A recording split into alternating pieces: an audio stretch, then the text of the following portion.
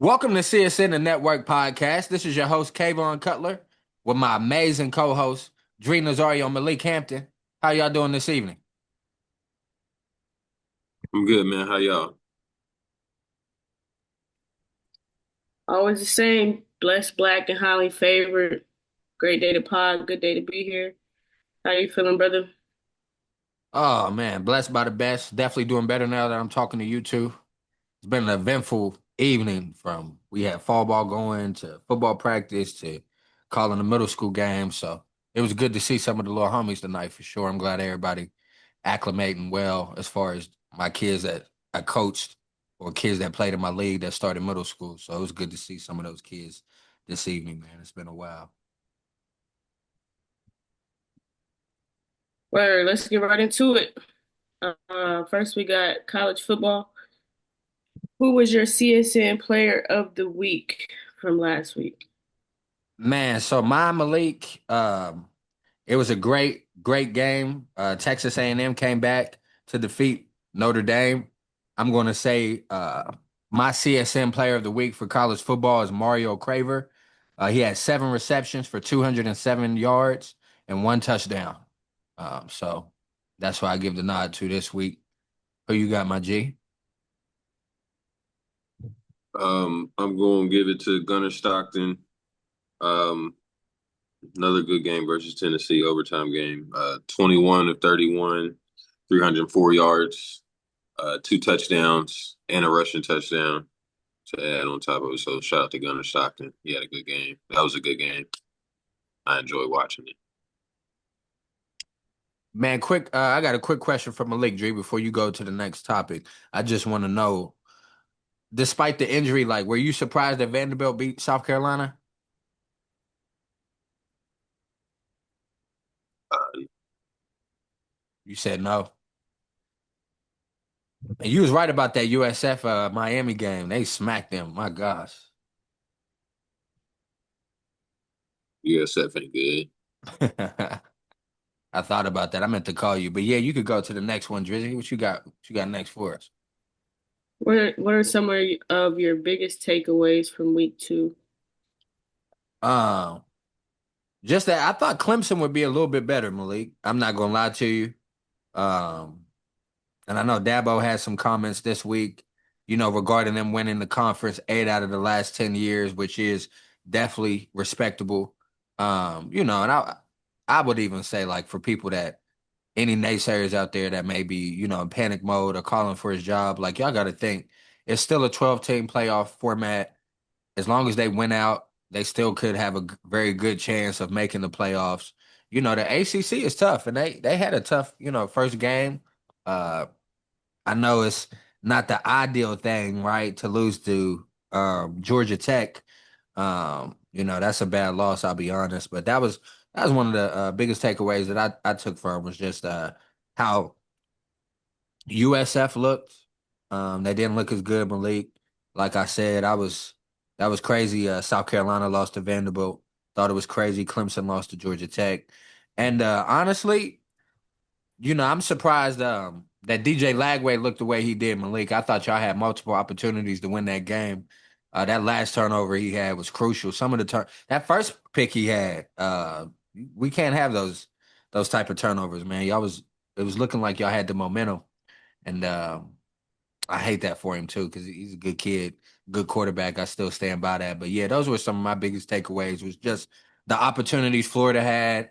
That was kind of deprived with the turnovers, unfortunately, and then just the upset losses that Clemson took, South Carolina took, and the comeback win that that Notre Dame dropped. Like that's crazy to me. So those were some of my biggest takeaways from last weekend in college football. What you got, League City? Um, biggest takeaways. Biggest takeaway probably that there's probably no head and shoulders favorite. Um, yeah, there's no head and shoulders favorite to win it. I think there's a plethora of teams that could rally and win it. And Miami, Florida State might be an actual uh, game to get into the ACC championship based off of how everything goes. Because Georgia Tech schedule is easy the way the rest of the way, so they should win out as long as they don't have any blunders. I know you say it's a bad loss for Clemson, but in the end, it's not going to end up being a bad loss. One, because Georgia Tech was already a solid team anyway. Right. Um, Coming into the year, they had everybody. They had just a plethora of guys coming back. So yeah, those are probably my biggest takeaways, man. No clear cut team, ACC championship game, ticket could be punched. Florida versus Miami. I mean, Florida State versus Miami here in 2 weeks. Yeah, outside of that, nothing else, man. Gators still suck. Nothing new. Man, I wouldn't even say y'all suck, fam. You know what I mean? Y'all just dwindled some opportunities away for real. Nah, we sorry, bro. We ain't sorry because of talent, though. We sorry because of everything else. But DJ Yeah. Lagway did have a bad game, but Yeah. neither Cause I here was nor there. tapped in, bro. I thought for sure, especially with, not to dwell on it too much, league, I was but about to say, bro, I don't want to talk about it, yeah, bro. I'm not that gonna first lie to you. quarter, I that don't want first to quarter, talk I about thought y'all had them though. After that first quarter, for sure. it, bro. It's like I could ramble all day about that, bro. It's Word. it's a lot more. It goes. And a lot of people just don't know. How did Ty Simpson look to you last week, Kay? I thought he looked real good, man. If it wasn't for the drops, he would have had another game where he would have been in, at least close to the teens and consecutive completions. But what I've noticed now, Malik, from the first week, is getting comfortable stepping up in the pocket. He's getting comfortable just being composed if he does feel a little heat around him in the pocket. I always thought he was accurate, but Ryan Williams really stepped up big, even though he dropped the touchdown pass. My boy Hollywood, I'm not trying to clown, but I know you got hurt in week one catching one across the middle, but bro, you gotta get comfortable catching passes across the middle. You should have had three last week. So, just upholding the standard, you know what I mean? The type of caliber player you are, we gotta make all those type of catches. But defensively, I thought we was on point. Great effort by Hubbard, way better effort than what he displayed on film in the first week. He had two interceptions last week. So overall, I thought the team looked well, but Ty Simpson really, really looked good. I'm very excited to see how he looks against Georgia because now I feel more comfortable. As he looks more comfortable in the offense, it looks like he's taking it, by command. So I'm excited for the upcoming game, man. It's about to be a gauntlet of games for us. So I'm glad he's starting to, look the way he is. Who are your picks for the following games? First, we got Texas Tech at number 16, Utah. I'm taking Texas Tech, Lee. I'm taking Utah. Number 22, Auburn at number 11, Oklahoma. I'm taking Oklahoma. I'm taking Oklahoma. John Mateer.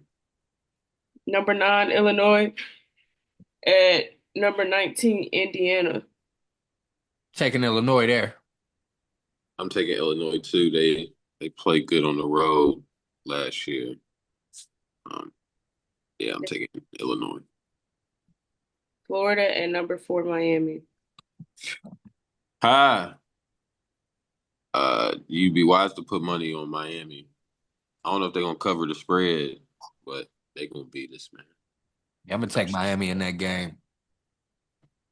first. Any other key games that you are looking forward to? Uh, Key games that I'm looking forward to. Yeah, outside of the ranked opponents. Nah, I ain't gonna lie to you. Not outside of those. Not this week. There's not even Actually, I did have a list, but That Michigan State USC game, that might be Michigan State is terrible, bro. where well they undefeated. So that's why I say like I'm just throwing that out there for people that may be interested in seeing any other games.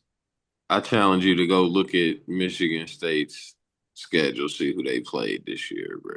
Where Yeah, that's a smoke screen waiting to happen. Depending on if Sellers is still hurt, South Carolina, Missouri could be a good game. Well, it was just reported that he's probable to come back, so it's looking Okay. like he's going to play. So that'll be a good game. There's another game, it'll be that one. Oh, you right too. They play Western Michigan, Boston College, and Youngstown State. Right, yeah. Michigan State football ain't that good right now. But yeah, they, Right. they got the dubs though. So you stop hating on them. Who is the best quarterback in college football right now? I don't know, but I'll just say John Mateer. He looks like the most poised uh gamer. I'm gonna say John Mateer, man. uh, that's a great question, man. You could go a few different ways. I feel like, but I'm gonna go with North Sellers, just because of how dynamic he is. Even though he doesn't necessarily have the crazy numbers to display that right now, but if y'all remember a couple weeks ago, I was just talking about how he could be in the Heisman running. It's unfortunate that they already took a loss, but prior to that, how he handled business, I could see him being in those conversations, and he still got a shot. If they could run the table. So, um, but that would be my pick at the moment, subject to change, but as of right now, Sellers from South Carolina. Cool. Anything else for college football? Nah, man. Alabama got a bye week, so it's be cool to relax this week. Shout out to WU and Coach Rod. He be coaching or something. Talking about forget about get I'm it just, to I'm just get it locked in, cuz. to You know what I'm saying?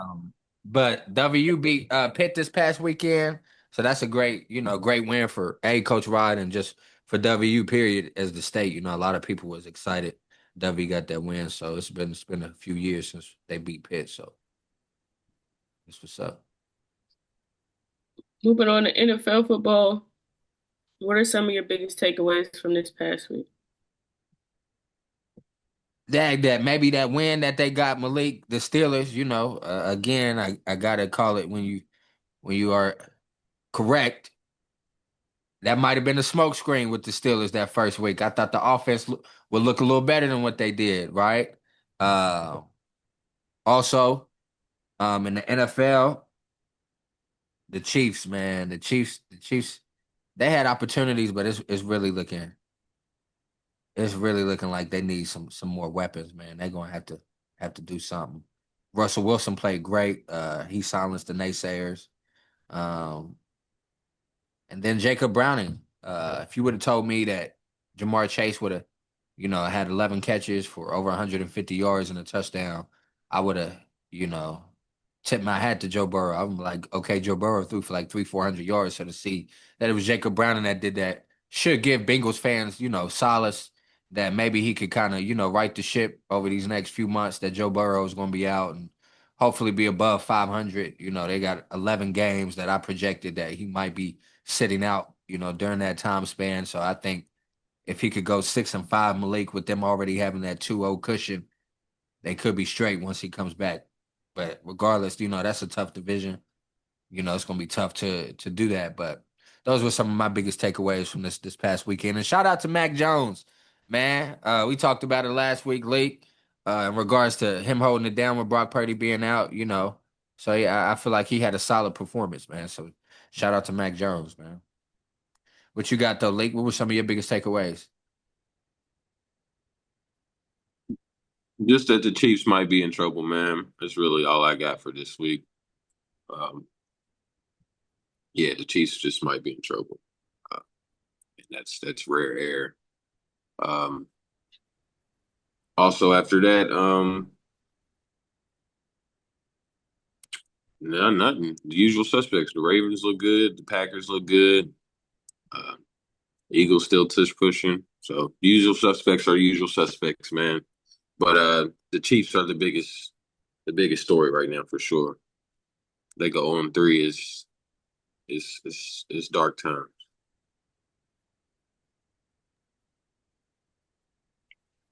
Who was your CSN player of the week? League, this might surprise you, but I'm gonna say Daniel Jones. Uh, went 23 for 34, 316 yards, just one touchdown. But the fact that he had that type of performance against the Broncos defense, which I hold in such high regard, they got the reigning defensive player of the year over there, with a bunch of names that I think are very talented on that side of the ball. I think that's going to go down as one of the top defense, if not the top defense in the league. So my pick is Daniel Jones, man. That Bo Nix smoke screen in effect. Which that's why I have questions about the Broncos going into this year. Got you, League. Got you. Um, but mine's is Jared Goff versus the Bears. 23 of 28, 334 yards, 5 touchdowns, no picks. Bears beat the former OC Ben Johnson. I mean, the Lions beat former OC Ben Johnson, who's head coach of the Bears. So yeah, I'm giving it to Goff, man. Perfect game, damn near for real.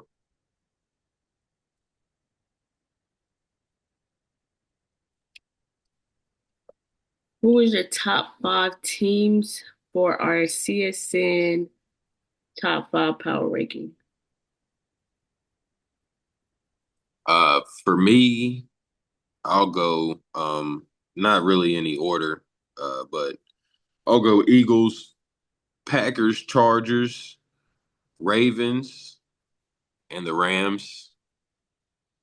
My top five. Say that one more time. You said it's not. Eagles, It's not in any order, but Eagles, Packers, Chargers, Ravens, and the Rams. okay. So ours are very similar because we have the same teams essentially. Uh, although they've taken one loss, I still got the Ravens in mind. So mine for me, at five, I got the Ravens. At four, I got the Eagles. At three, I have the Rams.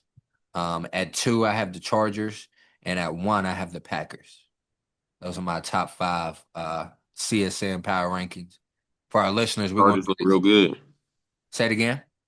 Said the Chargers look real good. Yeah, they do. Well coached team. For our listeners out there, Malik and I will do our CSN Power Five rankings every other week. So it's not redundant. You know, it could quickly change week by week, of course. So that's why we do it every other week.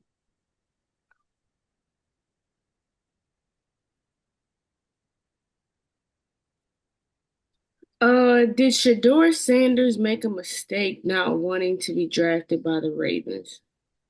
Nah, only because he's trying to get to the field, you know. So I mean, that was a no brainer. I know everybody's been talking about that this week, but I don't think there's really anything to talk about.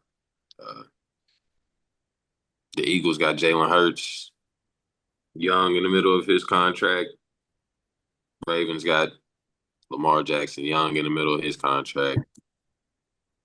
Franchise quarterbacks don't want to wish anything upon them either. You know what I'm saying? You don't want to wish injury upon them guys while you sitting behind them waiting on your opportunity either. You know, so I don't think it was. There's nothing to talk about there. Just the option, the best option for sure was the Browns. You know, you just didn't know the Browns was going to really play him how they playing him right now. You know, Right. And that's, you know, for people that's like, oh man, you know, you have an opportunity to learn from an MVP or, you know, learn from a winning quarterback in Jalen Hurts. Like, for those that have played, you're gonna go to a situation. Let's keep it a buck. You're gonna go to the situation where you have the best opportunity to play. Like he is going to be a for sure well, backup in those situations. So Lamar, like what, 27, 28, something like that, 28? yeah, You know, he got a good 7 years left, you know, of great football, you know. So same with Hurts, you know. They got a nice long little run ahead of them still. and even with the Browns, I think it's going to be tough if once Deshaun Watson comes back because you have to play him given his contract. But currently speaking, in present time today, on September 18th, yes, the best option was the Browns because he has the best opportunity to see the field. Flacco is old and a shell of himself, respectfully, and he just got to show that he could beat out Dylan Gabriel, perform better than him. So They ain't even giving him the opportunity. They got what's his name? Bailey Zappi in front of him. In front of Shador? Yeah, he's not even third string no more. He's fourth string. That's crazy, Malik. Yeah, they doing him bad. I don't know why. Is Daniel Jones a legit starter in the NFL as far as being a good quarterback? I mean, we've seen Daniel Jones be a starter. It just depends on what you're talking about. Like, it's just how they prop up quarterbacks. You know, sorry to jump right on this one, but yeah, I mean, he's a starter, but I mean, that doesn't mean he's a good starter. Or he's going to get you over the hump or going to take you to the promised land or anything. We've seen a bunch of people that can start. That doesn't necessarily mean anything. He had some good games when he played for the Giants. Yeah. Actually had a good season one year. His stats wasn't that good. I think he only had like 16 touchdowns or something like that. But You talking about that year they went to the playoffs? yeah. Yeah. Uh-huh. But I mean, yeah, he's proven he could be a starter. But what caliber of starter are we talking about? Is really what we're discussing here. And that's my thing. I think the jury is still out on him. I do think he can be a formidable quarterback. We just got to see if he wins the division this year. Like I don't expect him to, but if he does, I do think he could be somebody that can be consistently good in this league. You got to think they got one of the best running backs in the league. They got a workhorse back there. So as long as he could just manage the game properly, not turn the ball over, and be efficient and accurate, he should that's going to bode for any quarterback to have success. It's just the big games. Is he talented enough to overcome the Josh Allens, the Patrick Mahomes, like, or even Justin Herberts? You know what I mean? Even though I know he doesn't have the best playoff track record, but in that AFC, he got some tough quarterbacks to go through. Joe Burrow also. So we'll see.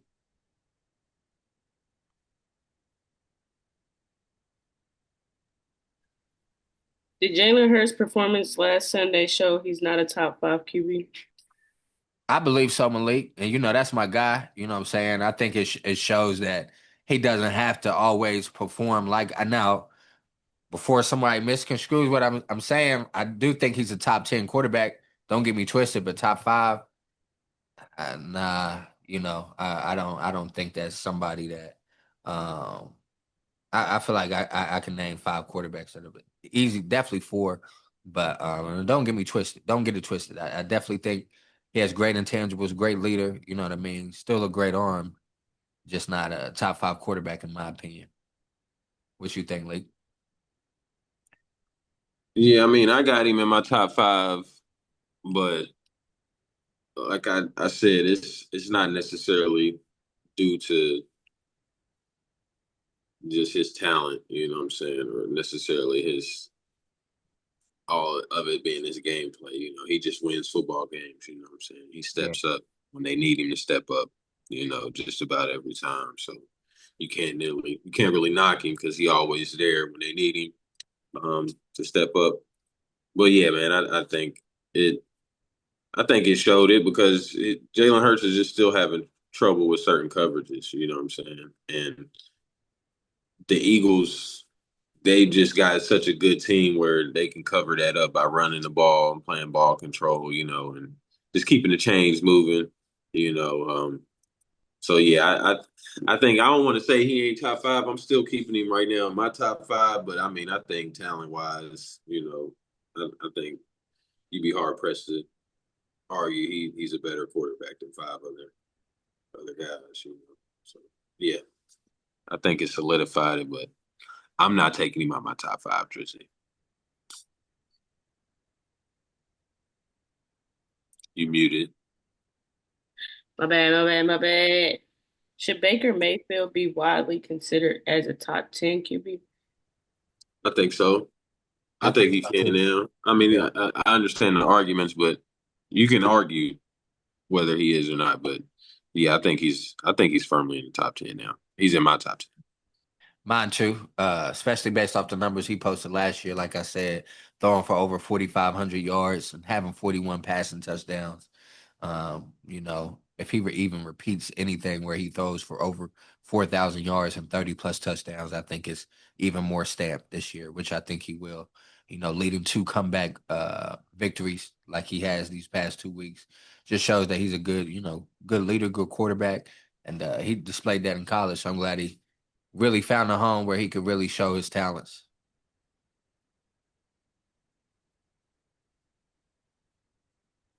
Any key games you looking forward to this week?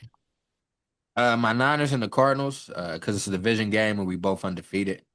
Um, that's one of the games for sure. I'm definitely monitoring. Um, Other games that I'm also going to be looking forward to. Um, Rams and Eagles is going to be fire. I don't mean to take yours, Malik, but that's definitely going to be fire. Broncos Chargers. I feel like if the Chargers beat the Broncos, they definitely solidify themselves as the favorite to win that division. Um, and you got to think too, this would be their third straight division game, so they really have a good jump as far as game win totals in the division. So I think that'll be good for them. And then Lions and Ravens on Monday night. I think that's going to be a gas matchup. So those are some of the key games that I think are going to be real good for the NFL this week. What you got late? Yeah, Rams versus Eagles, NFC Championship rematch. Lions Ravens Monday, and Chiefs Giants, both 0-2. Think it'll be a good game too.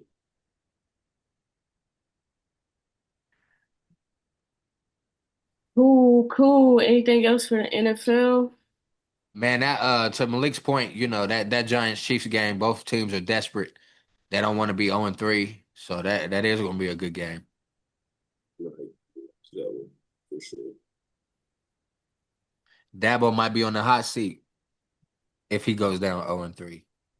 So he can't afford that. It's the NFL is crazy, man. Just the pressure that some of these weak have, with these games, Malik, it's crazy.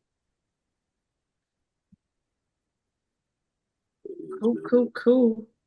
I'm gonna take us through some WNBA news. As you know, this is the first round of the playoffs. Thus far, the Valkyries have been officially eliminated by Minnesota.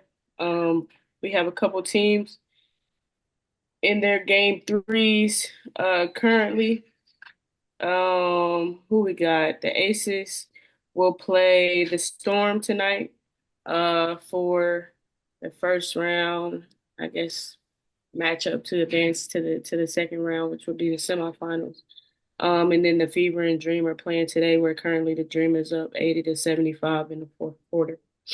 Um, in other news, Paige Beckers wins Rookie of the Year.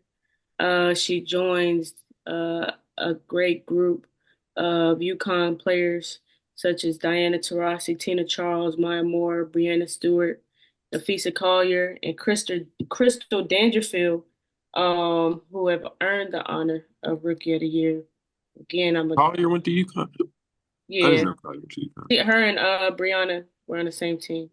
They're that team that won four in a row. 4 in a row. Got you. Okay, got you. That's crazy. I And remember Breonna Stewart. I don't even remember Stewart. That's crazy. yeah, Yeah. and that's why you think about who they had on that team. But again, just want to double down on sound like Lil Boosie's daughter. I told y'all, I ain't gonna say the word, but I told y'all Paige was coming.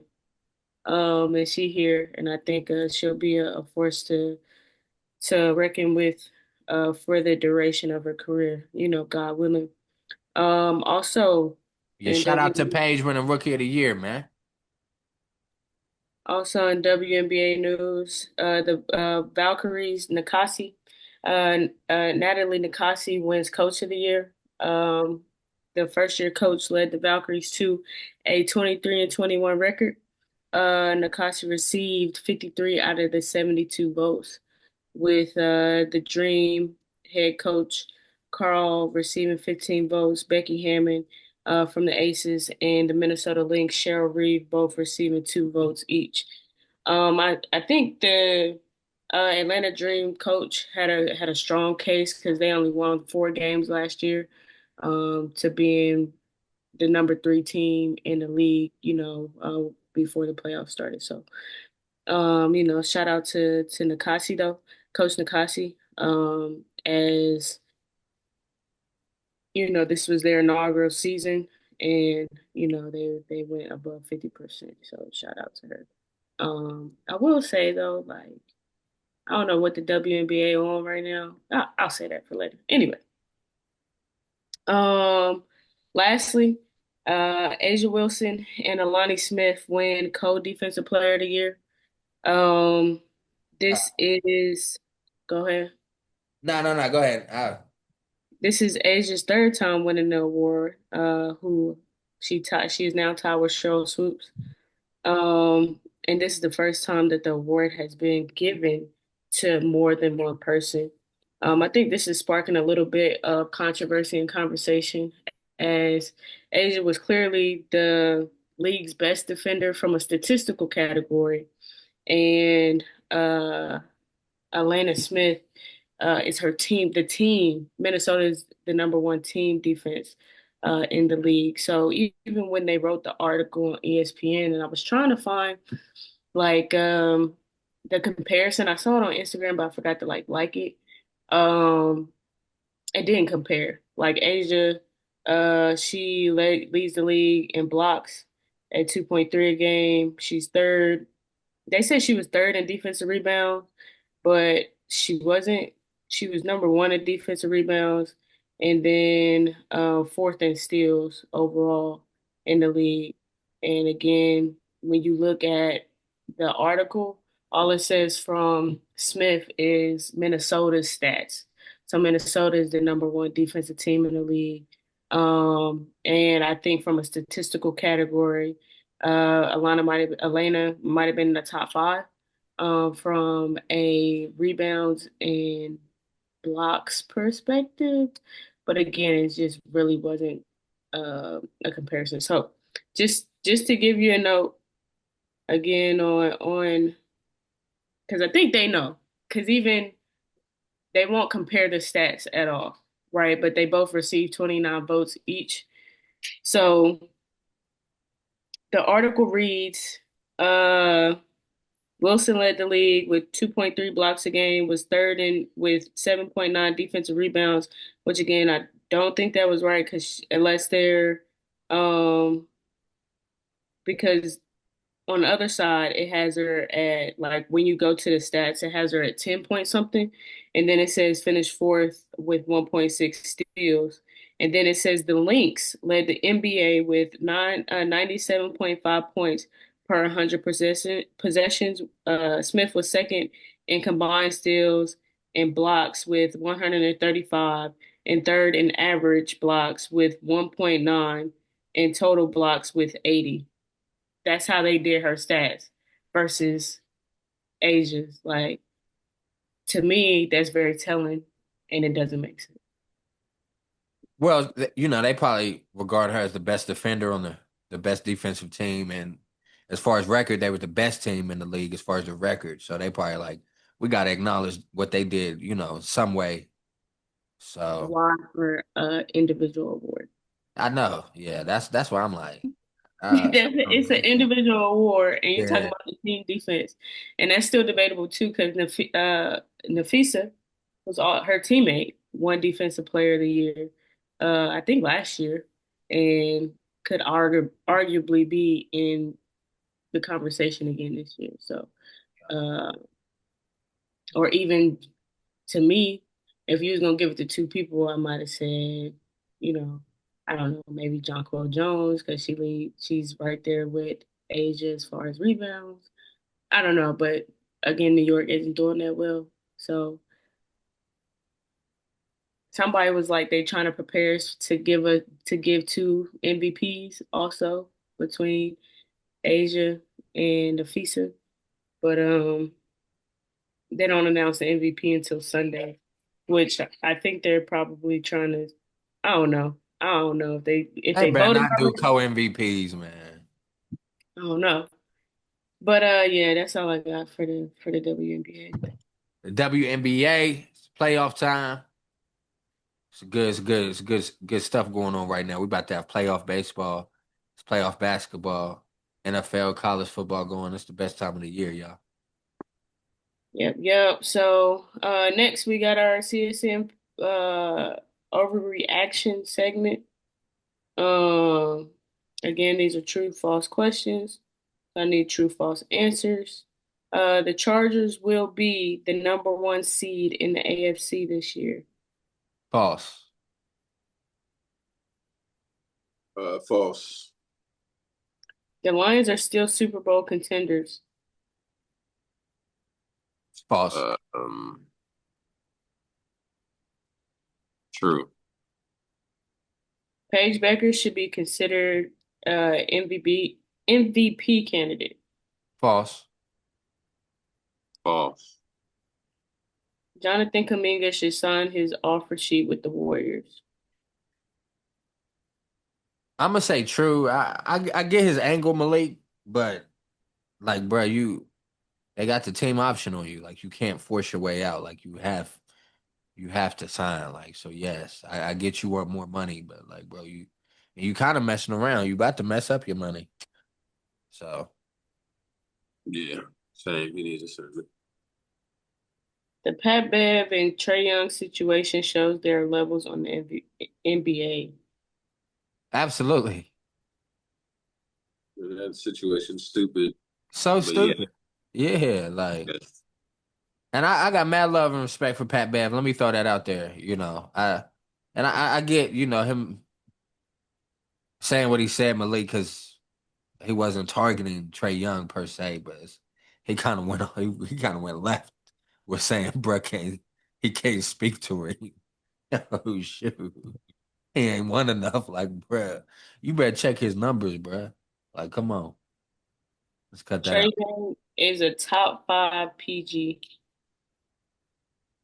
True. True, Daniel Jones will be an MVP candidate. False. false, I know what we said last week, but Jonathan Taylor is the best running back in the league. false. But he's a workhorse though. I got a lot of respect for Jonathan Taylor.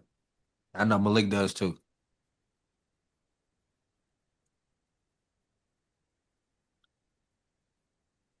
Lee, that's your answer. Oh, Yeah, he said false. okay, I ain't here. The Eagles are still the best team in the NFC. False. I think the Packers look like the best team in the NFC right now. Yeah, I say false too. Uh, And shoot, quiet as cat. Eagles, they shoot. We're gonna see what the Eagles do against the Rams. They've been struggling on offense, so the Spurs dodged a bullet with Kawhi Leonard. absolutely. If Unc is requesting that league, absolutely, yes, that's true. Yeah. Only because his uncle. Yeah. And Running next part we got ownership. our CSN Pick Six segment. Lee, give me three. K, give me three. What y'all got? My three all NFL this week since the Gators suck. But I got the Colts -4.5 versus the Titans. I got the Chargers -2.5 versus the Broncos. And I got the Vikings -2.5 versus the Bengals.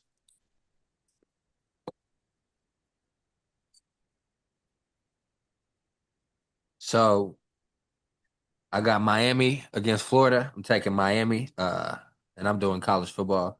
Got Miami at -9.5. Um, we got Temple and Georgia Tech. I know Malik says advises to stay away from these, but I got Georgia Tech at -23.5. Oh, in Um, college, it don't matter, bro. where Tulane and Ole Miss. I'm taking Ole Miss at -13.5. And those are my three.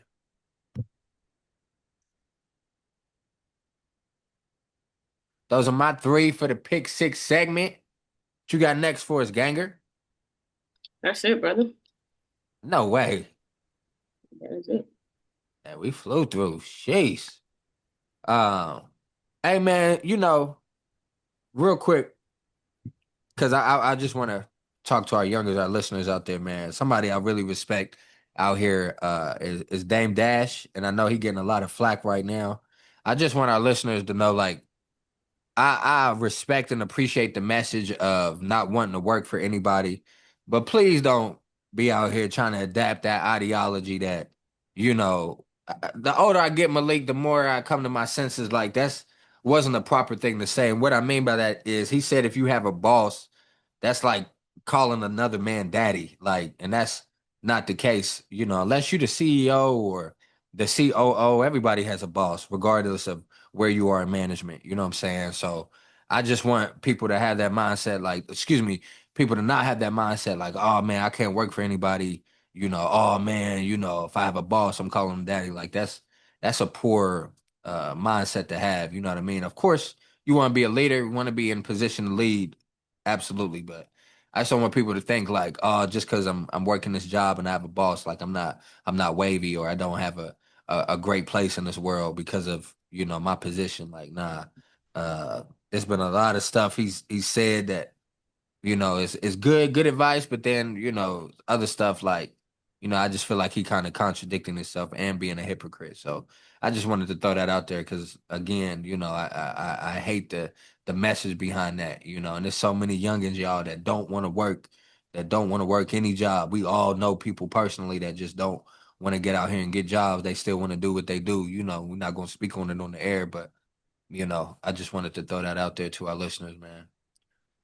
Yeah, I think the reality of it is everybody can't be a boss, everybody can't be a leader because it's just not meant for everybody, right? It's not like who gonna do the work if everybody, and it's not even from that standpoint, but to your point, like everybody brings something to the table, and leadership is it's not like all the glitz and glory of whatever that I guess that comes with it, like the interviews and all of that stuff. There's a lot of downside to leadership as well that people aren't looking into. But yeah, that's all I got. All I got for y'all. Word, man. Well, as always, man, we appreciate the support. Even the constructive criticism. Please continue to like, subscribe, share, and view the content. Like I told Drizzy in the chat, we about to start discussing prep sports again. We will have a segment where we will touch on that regarding discussing high school football. So, that way we cover high school, college, and professional football. So we want to add that back into the fold for more engagement, and I think it's a great idea. So uh, please continue to stick with us. Man, we appreciate all the love, man. Peace and blessings.